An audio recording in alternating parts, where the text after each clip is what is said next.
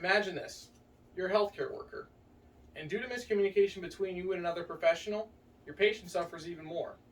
How would you recover from this? Different communication challenges pose a threat to the medical field. And let's face it, we're all going to need to see a medical professional at some point in our lives. If these professionals do not learn how to properly communicate, serious consequences can happen to their patient. The medical field has been prevalent in my life for as long as I can remember, as my mother is a medical professional. Not only that, but I've done research and done personal interviews on this topic. Different communication challenges will be discussed, some found through research and others found through personal testimony. Also, we will discuss what all my findings feel is a way to combat these issues. The health field, much like any profession, is plagued with communication issues. One such is communication between facilities, as well as communication within one facility. According to Regis College in their article, What is the Importance of Communication in Healthcare? Some challenges that may occur between facilities include moving patients from one facility to another, sending medical records, and transporting vital medical equipment. Naturally, there will be challenges within one facility as well. The same article says that some communication challenges that can occur within a facility include coordinating room changes, scheduling surgeries, or even setting up appointments. Without proper communication, serious consequences like death can occur. Of course, it all starts with being taught how to properly communicate. The 2013 article, Assessing the Oral Health Literacy, a review, discusses health literacy, which is the degree to which individuals have the capacity to obtain, process, and understand basic health information and services needed to make appropriate health decisions. When speaking to patients with poor health literacy, professionals, according to this article, tend to use materials that are readily available but difficult to understand, and this made patients reluctant to admit that they did not comprehend the information presented. While professionals try to explain something, if not used in layman's terms, it may end up doing more harm than good.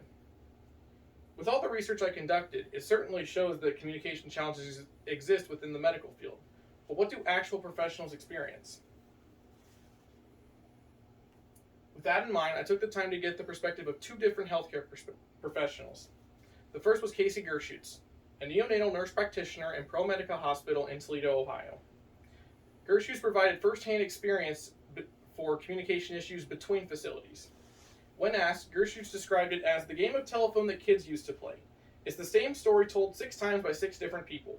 There is sometimes some miscommunication, and that part is challenging in the fact that we have to go through the mom's history to get the correct information and not always trust what you get in the report, but finding that information yourself. As for a cause for these different issues, Gershutz feels that stress is a big factor in that. She feels that because of the stress of the situation, I feel some people don't hear what you're saying. So they'll come back and say, I don't know this, or I didn't know that, even though you told them, and that could be frustrating. Along with Gershutz, I interviewed Meredith Stanford, an orthopedic physician assistant who also works at ProMedica in Toledo. Stanford certainly discussed the importance of health literacy, as she stated that I think some providers do not do a good enough job of communicating a disease or treatment plan across to the patient using layman's terms.